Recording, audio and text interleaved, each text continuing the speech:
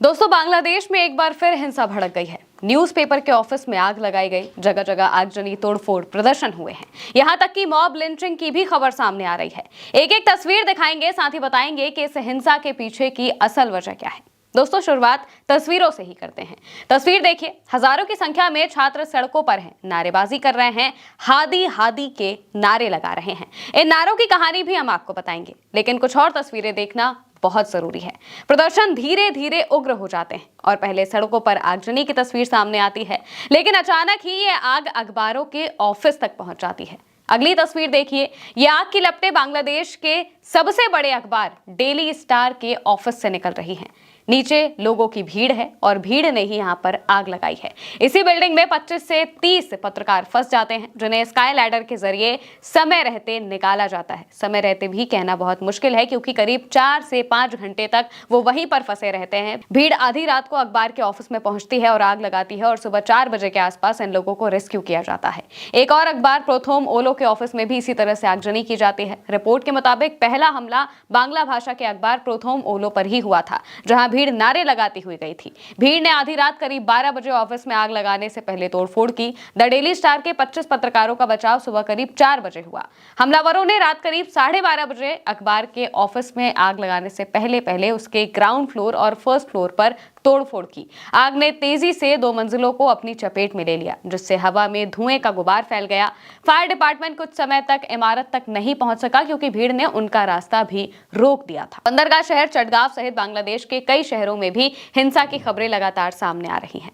कई तस्वीरें ऐसी भी हैं जो हम आपको दिखा नहीं सकते, जैसे एक हिंदू लड़के की मॉब लिंचिंग तक की गई। उस पर पैगंबर के अपमान के आरोप लगाकर पहले भीड़ ने बुरी तरह से पीटा, फिर पेड़ से उल्टा लटका दिया और फिर जला दिया। वो तस्वीरें भयानक हैं, काफी भयानक। आगजनी के बाद मामले को संभालने के लिए सेना की तैनाती की गई है, लेकिन हिंसा भड़कती ही जा रही है। अब आते हैं सबसे जरूरी सवाल पर कि आखिर 1 साल बाद फिर से हिंसा बांग्लादेश में क्यों भड़की है। 1 साल पहले जब बांग्लादेश में हिंसा भड़की थी, तब शेख हसीना को इस्तीफा देकर भागना पड़ा था। लेकिन उसके बाद मोहम्मद यूनिस की अंतरिम सरकार बनी, लेकिन हालात नहीं बदले। स्थिति जस की तस बनी रही। मौजूदा वक्त में हो रही हिंसा भी पिछली हिंसा से जुड़ी हुई है।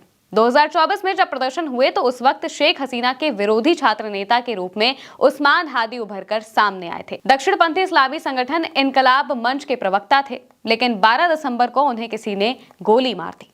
हादी को सिंगापुर के अस्पताल इलाज के लिए ले जाया गया, लेकिन 6 दिन बाद उनकी मौत हो जाती है, यानी कि 18 दिसंबर को। और इसी दिन बांग्लादेश में आग की तरह हिंसा फैलती है। जैसे ये खबर बांग्लादेश में फैली, सड़कों पर प्रदर्शन शुरू हो गए। ढाका में उनके समर्थक गुस्से से सड़कों पर उतर आए, जमा हुए और सरकार पर हादी की सुरक्षा में नाकामी पर आरोप लगाए। वो हत्यारों को तुरंत पकड़ने की मांग करने लगे। गुस्सा बढ़ता गया और प्रदर्शन हिंसक होते चले गए। आवामी लीग का दफ्तर और शेख मुजीबुर रहमान के बचे घर में भी भयंकर तोड़फोड़ की गई और उस घर को भी बिल्कुल नेस्तनाबूद कर दिया गया। ढाका को देश के दूसरे हिस्सों से जोड़ने वाले एक प्रमुख राजमार्ग को बंद कर दिया गया और दक्षिण पूर्वी बांग्लादेश के चटगांव में एक पूर्व मंत्री के आवास में भी तोड़फोड़ हुई। बंगाली संस्कृति को बढ़ावा देने के लिए समर्पित प्रमुख केंद्र छाया नाट को भी निशाना बनाया गया है। इसके अलावा कई जगहों पर भी हिंसक घटनाएं हुई हैं। बांग्लादेश के चुनाव आयोग ने उस्मान हादी की मौत पर शोक जताया है। अपने शोक संदेश में चुनाव आयोग ने कहा कि हादी बांग्लादेश के लिए पूरी तरह समर्पित थे, एक संघर्षशील व्यक्ति थे और युवाओं की आवाज थे। बांग्लादेश के अंतरिम सरकार के मुख्य सलाहकार मोहम्मद यूनुस ने रात 11:20 पर राष्ट्र को संबोधित करते हुए लोगों से धैर्य रखने की अपील की थी और कहा था कि किसी भी तरह के प्रचार और अफवाहों पर ध्यान ना दें, जल्दबाजी में निर्णय ना लेने का भी आग्रह किया था। हादी का अंतिम संस्कार बांग्लादेश में ही होगा और उन्हें देखने के लिए बड़ी संख्या में भीड़ भी पहुंच रही थी। अब ये देखना होगा कि इसके बाद क्या मामला शांत होगा या फिर हिंसा और भी भयानक तरीके से भड़केगी, क्योंकि हालात बांग्लादेश में जैसे 1 साल पहले थे, 1 साल बाद भी बिल्कुल वैसे ही हैं।